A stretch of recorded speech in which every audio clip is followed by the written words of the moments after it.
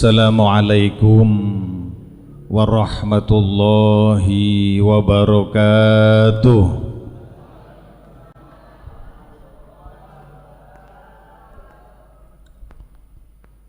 Alhamdulillahi rabbil alamin. Alhamdulillahi ni'matul iman wa ni'matul islam.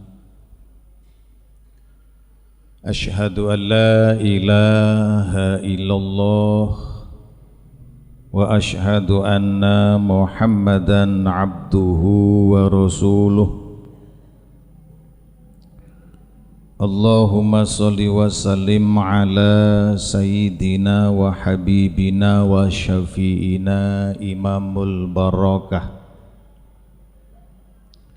imamul hidayah, Imamus Syafa'ah, Khataman Nabiyyin, Sayyidil Ummah la nabiyya ba'dah, Rasulillah Muhammadin sallallahu alaihi wasallam. Ya ilahi anta maksudi wa ridhaka madlubi, a'tini mahabbataka bikurbik wa bi nafsik wa bi ma'rifatik.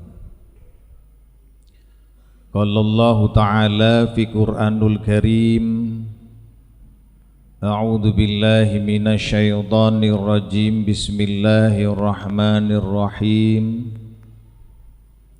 Ya ayyuhalladzina amanu hal adullukum ala tijaratin tunjikum min adzabin alim,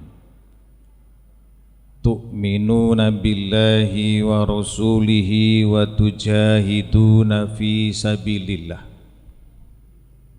bi amwalikum wa anfusikum, dzalikum khairul lakum in kuntum ta'lamun.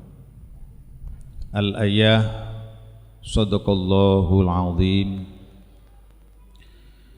Wa qala Rasulillah Muhammadin sallallahu alaihi wasallam, may yuridillah khairan yufaqihu fiddin. Al-hadis.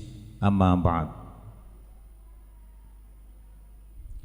Kepada yang kami hormati, yang dimuliakan oleh Allah, Ibu Hajah Oni binti Haji Sakat, semoga beliau senantiasa sehat walafiat dohiran wa batinan, dipanjangkan umurnya dan ditambahkan keberkahannya oleh Allah Subhanahu wa Ta'ala.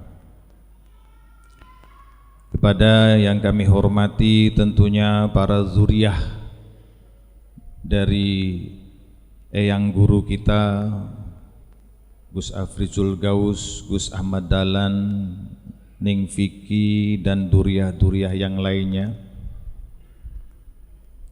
Kepada yang kami hormati tentunya Ketua Yayasan Pendidikan Islam sekaligus pengasuh Pondok Pesantren At-Tazkir Nur Ghazali, Gus Agung Purnomo sekeluarga dan jajarannya, semoga selalu dimuliakan oleh Allah Subhanahu wa Ta'ala. Dan juga yang kami hormati, yang dimuliakan Allah, para dewan pembina yang pada malam hari ini diwakili atau telah hadir di tengah-tengah kita Bapak Kiai Haji Sugino. Semoga seluruh dewan pembina selalu dalam rahmat dan lindungan Allah Subhanahu wa Ta'ala. Kepada yang kami hormati, yang dimuliakan Allah, tentunya Ketua Umum Majelis Ta'lim At-Tazkir Gus Ahmad Dahlan beserta keluarga, semoga beliau senantiasa dalam lindungan dan rahmat Allah Subhanahu wa Ta'ala.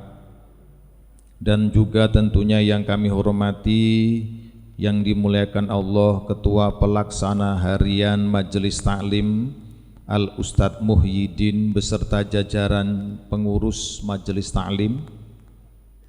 Semoga beliau senantiasa dalam rahmat dan lindungan Allah Subhanahu wa taala. Juga tentunya seluruh para pembina Majelis Taklim At-Tadhkir, wabil khusus tentunya Bapak Ibu hadirin muslimin muslimah, tentunya yang tidak dapat kami sebutkan satu persatu, tidak mengurangi rasa hormat dan ta'zim kami kepada seluruh jamaah yang insyaallah kita semua yang hadir ini dimuliakan oleh Allah dunia sampai akhirat. Hadirin yang dirahmati Allah Subhanahu wa taala, puja dan puji syukur tentunya marilah kehadirat Allah atas nikmat panjang umur. Apabila kita renungkan betapa beruntung kita yang masih diberikan kesempatan umur, sementara saudara kita, mungkin tetangga, orang lain yang telah meninggal dunia mendambakan hidup lagi seperti kita ini agar bisa bertakwa kepada Allah. Dan tentunya marilah kita bersyukur kepada Allah atas nikmat sehat, karena betapa banyak saudara-saudara kita yang dirawat di rumah sakit dalam keadaan sakit, pengin sehat seperti kita, bisa duduk di majelis seperti ini. Dan tentunya mari kita bersyukur kepada Allah atas nikmat iman dan Islam,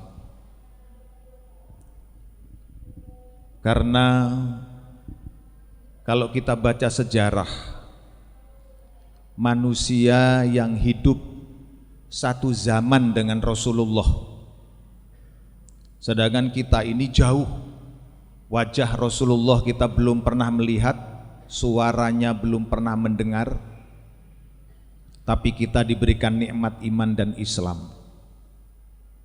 Kalau kita baca sejarah, banyak orang-orang yang hidup satu zaman, melihat wajah Rasulullah, mendengar sabda-sabda Rasulullah, tetapi oleh Allah tidak diberikan nikmat iman dan Islam. Abu Jahal, Abu Lahab dan sebagainya dan lainnya melihat dan memandang wajah Rasulullah, mendengar sabda Rasulullah, langsung hidup satu zaman, tetapi oleh Allah tidak diberikan nikmat Islam. Maka mari kita bersyukur kepada Allah. Kita yang hidup jauh zamannya 1400 tahun lebih, tidak pernah memandang dan mendengar Rasulullah SAW, tetapi kita diberikan nikmat iman dan nikmat Islam. Alhamdulillah. Hadirin yang dirahmati Allah Subhanahu wa taala, sholawat salam marilah kita sanjungkan kepada junjungan kita Baginda Rasulullah Muhammadin sallallahu alaihi wasallam beserta keluarga, sahabat dan saudara kita yang seiman, umat Rasulullah, yang insya Allah kita semua yang hadir ini Allah menggolongkan kita sebagai umat Rasulullah dunia sampai akhirat. Amin. Ada satu riwayat, seorang syekh yang ahli ibadah, 60 tahun lamanya beribadah, tidak pernah melepaskan qiyamul lail, tiap malam sholat tahajud. Syekh ini selain tahajud setiap malam selama 60 tahun, Seorang syekh ini juga tentunya ahli dan fasih di dalam Al-Quran, juga ahli puasa, ahli wirid, ahli zikir, tukang baca sholawat setiap malam. 60 tahun beribadah. Pada suatu malam, syekh ini bangun seperti biasa, mau ambil air wudhu, mau sholat malam. Ternyata di tempat wudhu duduk seseorang yang pegang buku catatan. Kemudian syekh ini bertanya, "Hei, siapa kamu fulan? Ngapa ada di sini?" Kemudian orang ini, "Saya ini malaikat, wahai syekh." Terus syekh ini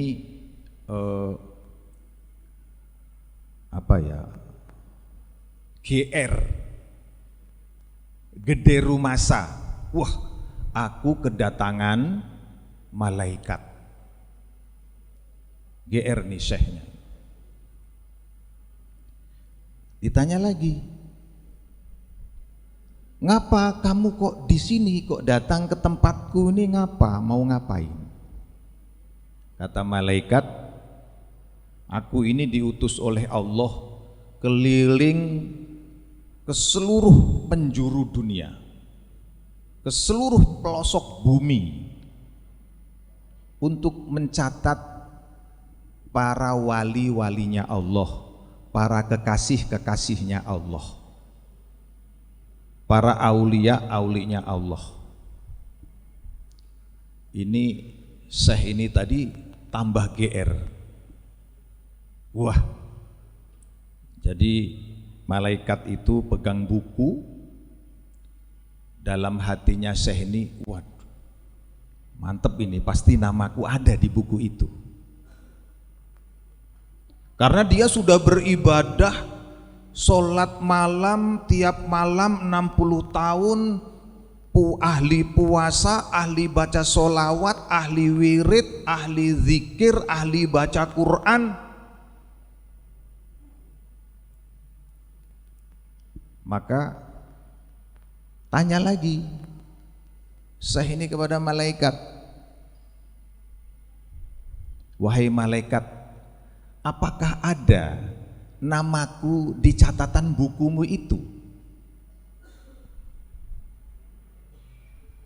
Kemudian malaikat ini, "Sebentar, coba kulihat daftar para kekasih Allah yang ada di seluruh dunia ini." Kemudian dilihat, dibuka lembar demi lembar, dibuka sekian ribu, dibuka oleh malaikat ini sampai lembar yang terakhir, "Wahai syekh, mohon maaf, ternyata namamu tidak ada dalam catatan bukuku ini." Kemudian syekh ini bertanya lagi, "Masa iya namaku nggak ada dalam catatan bukumu? Coba kamu lihat lagi, coba kamu teliti. Ayo kita periksa berdua," kata malaikat.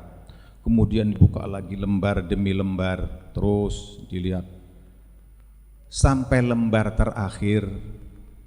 Ternyata betul-betul syekh itu tidak tercatat sebagai walinya Allah. Begitu syekh ini tahu bahwa dia tidak termasuk dalam catatan wali-walinya Allah, catatan malaikat ini, syekh ini kemudian langsung dia menangis sejadi-jadinya, menangis bingung. Kenapa? Kenapa dan kenapa? Setelah nangis, puas nangis, kemudian Syekh ini tanya lagi kepada malaikat, wahai malaikat, aku ini sudah ibadah begini-begini sekian lama, kenapa namaku tidak tercatat sebagai walinya Allah, sebagai kekasih Allah? Kemudian sang malaikat menjawab, wahai Syekh, betul engkau tukang tahajud, betul engkau tukang puasa, betul engkau tukang baca Quran, betul engkau tekan wirid, zikir, solawat, kamu tak pernah tinggal sekian puluh tahun. Tetapi yang kau lakukan itu hanya untuk dirimu sendiri. Tatkala tetanggamu lapar, engkau tidak peduli. Tatkala keluarga dan saudaramu sakit, engkau tidak peduli. Engkau hanya memikirkan dirimu sendiri. Engkau tidak peduli kepada orang lain. Maka engkau tidak masuk dalam catatan kekasih Allah. Hadirin yang kami hormati, yang berbahagia, dalam riwayat lain Rasulullah menjelaskan manusia kalau sudah meninggal, jadi manusia di kuburan, semua manusia yang telah meninggal dari sejak Nabi Adam sampai detik saat ini yang meninggal, yang tidak cukup bekalnya pada waktu meninggal dunia hanya satu, permintaannya cuma satu. Orang yang telah meninggal dunia itu yang tidak cukup bekalnya, satu permintaannya. Apa? Ya Allah, hidupkan aku kembali ke dunia. Ditanya mau ngapain? Ya. Apa kamu mau sholat beribu-ribu rakaat? Tidak. Apa kamu nanti kalau hidup ingin berangkat haji, berangkat umroh? Tidak. Apa kamu nanti mau baca Quran, menghatamkan Quran berkali-kali? Tidak. Apa permintaan orang yang telah meninggal pengen hidup? Aku pengen beramal soleh. Aku pengen jariah ya Allah. Aku pengen sodakoh, aku pengen berbagi. Hidupkan aku sesaat saja ya Allah, maka semua rezeki yang ada padaku, harta yang ada padaku, seluruhnya akan kusodakohkan ya Allah. Permohonannya orang yang meninggal. Hadirin jamaah yang kami hormati, yang dirahmati Allah Subhanahu wa ta'ala, dari dua riwayat ini bahwasanya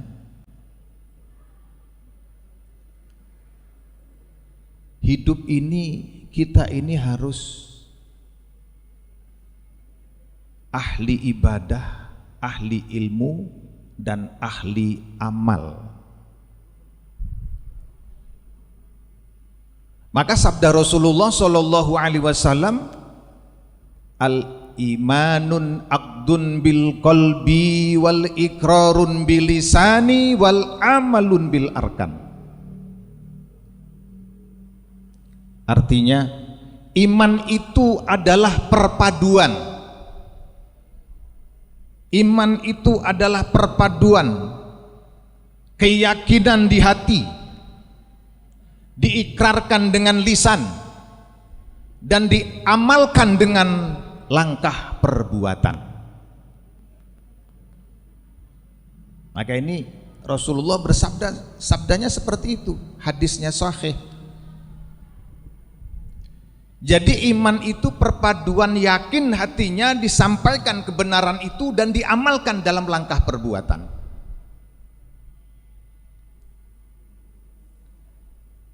Kalau bahasanya eyang guru kita itu wahid kalam, satu perkataan satu perbuatan. Rasulullah Shallallahu Alaihi Wasallam juga seperti itu. Tidak akan menyontohkan perbuatan yang belum dilakukan. Hadirin yang dirahmati Allah yang berbahagia,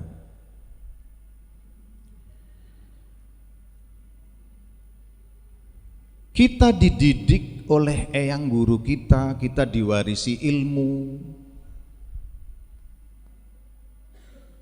Tidak kurang, guru mendidik kita, dikasih ilmu komplit. Untuk apa tujuannya? Tujuannya agar kita ini menjadi manusia yang berakhlak, baik perilakunya. Disuruh zikir, dikasih zikir sir, supaya hatinya bersih, dikasih ilmu kitmir supaya keluar kebatilannya, disuruh komplit, ada semua. Supaya apa? Supaya kita ini berubah menjadi orang yang baik. Kalau bahasa Qur'annya, menjadi orang yang soleh, menjadi orang yang solehah. Ya. Jadi tidak cukup kita ini hanya yakin di dalam hati beriman itu. Di hadapan Allah tidak cukup kita beriman itu hanya bersuara yang baik-baik saja, berkata yang baik-baik saja. Meskipun yang keluar dari lisan kita ini bacaan Quran, meskipun yang keluar dari lisan kita ini beribu-ribu sholawat, meskipun yang keluar dari lisan kita itu beribu-ribu zikir asma Allah kita baca, tetapi kalau itu tidak terjabarkan di dalam langkah perbuatan, maka iman itu tidak cukup. Kita rujuk kepada sabda Rasulullah tadi, perpaduan tiga hal: hati, ucapan, dan perbuatan.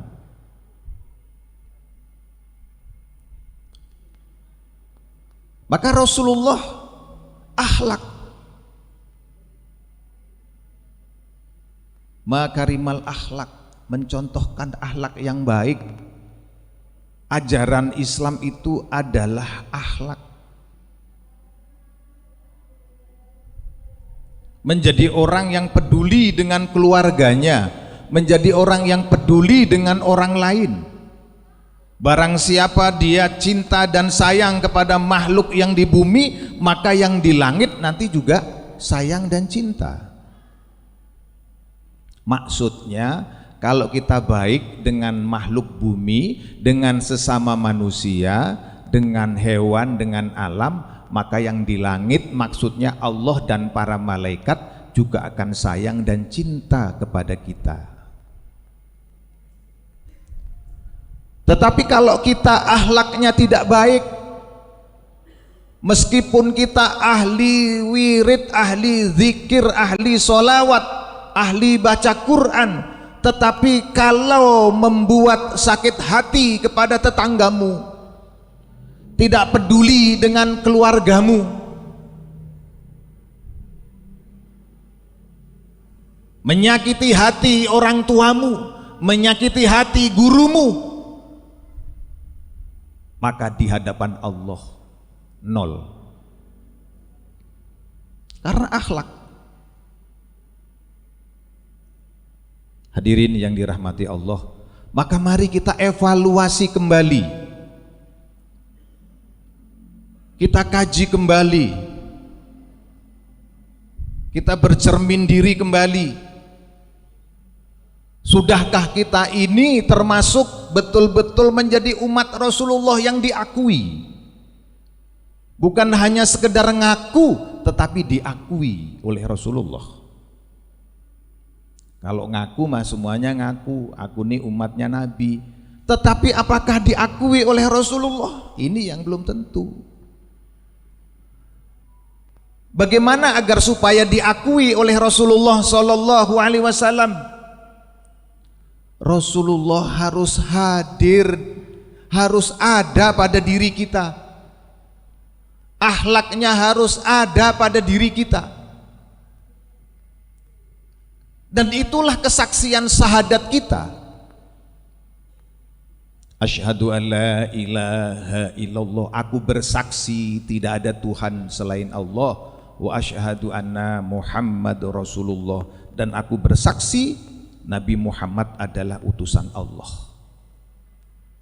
Apa buktinya bahwa kita bersaksi, bersahadat itu? Kalau kita benar bersahadatnya, maka hidup kita ini menjadi damai dan tentram. Kalau benar sahadat kita, maka akan baik keluarga kita, maka akan baik ekonomi kita, maka akan baik langkah perbuatan kita, maka akan baik akhlak kehidupan kita. Kalau sahadat kita benar. Asyhadu an la ilaha illallah, aku bersaksi tiada Tuhan selain Allah. Kalau kita bersaksi, kita harus menyaksikan bahwa Allah selalu ada di dalam diri kita. Allah harus selalu ada di dalam batin kita. Dimanapun berada, kesaksian kita, di dalam hati kita selalu ada Allah. Wa asyhadu anna Muhammad Rasulullah, dan aku bersaksi Muhammad adalah utusan Allah. Di mana kesaksian kita bahwa Muhammad adalah utusan Allah? Apa buktinya bahwa Muhammad itu adalah utusan Allah? Jangan kita bersahadat bohong di hadapan Allah. Apa buktinya kalau kita bersyahadat wa asyhadu anna Muhammad Rasulullah? Buktinya adalah wa asyhadu anna Muhammad Rasulullah, aku bersaksi Muhammad adalah utusan Allah. Muhammad ada dalam diriku, Muhammad ada dalam langkah kakiku, Muhammad ada dalam ucapanku, Muhammad ada dalam akalku, Muhammad adalah dalam gerak tanganku, jiwa dan ragaku, zahirku adalah Muhammad.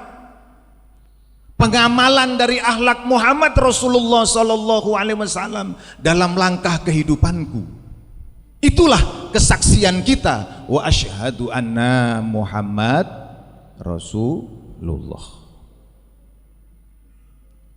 Kalau engkau membaca syahadat tetapi akhlakmu belum akhlak Muhammad di hadapan Allah dan Rasulullah, engkau belum bersahadat secara hakikiyah. Maka hadirin saudara-saudaraku, jamaah tadzkir yang dirahmati Allah yang berbahagia, mari kita kembali evaluasi.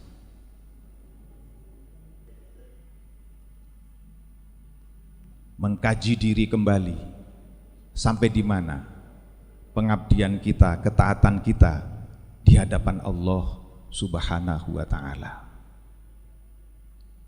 Mudah-mudahan penyampaian kami yang singkat ini betul-betul bermanfaat, khususnya buat pribadi kami sendiri, umumnya buat kita bersama, sehingga semakin kita bertambah umur, semakin dekat kepada maut, semakin disempurnakan iman dan Islam kita, sehingga iman dan Islam kita diterima di hadapan Allah Subhanahu wa Ta'ala, meninggal dalam keadaan husnul khotimah. Demikian yang dapat kami sampaikan. Kami yang fakir, yang doif ini sebagai manusia biasa, tak luput dari salah dan khilaf. Tentunya atas segala perkataan, perbuatan yang kurang berkenan, kami mohon dibukakan pintu maaf yang seluas-luasnya. Akhirul kalam, billahi taufik wal hidayah. Assalamualaikum warahmatullahi wabarakatuh.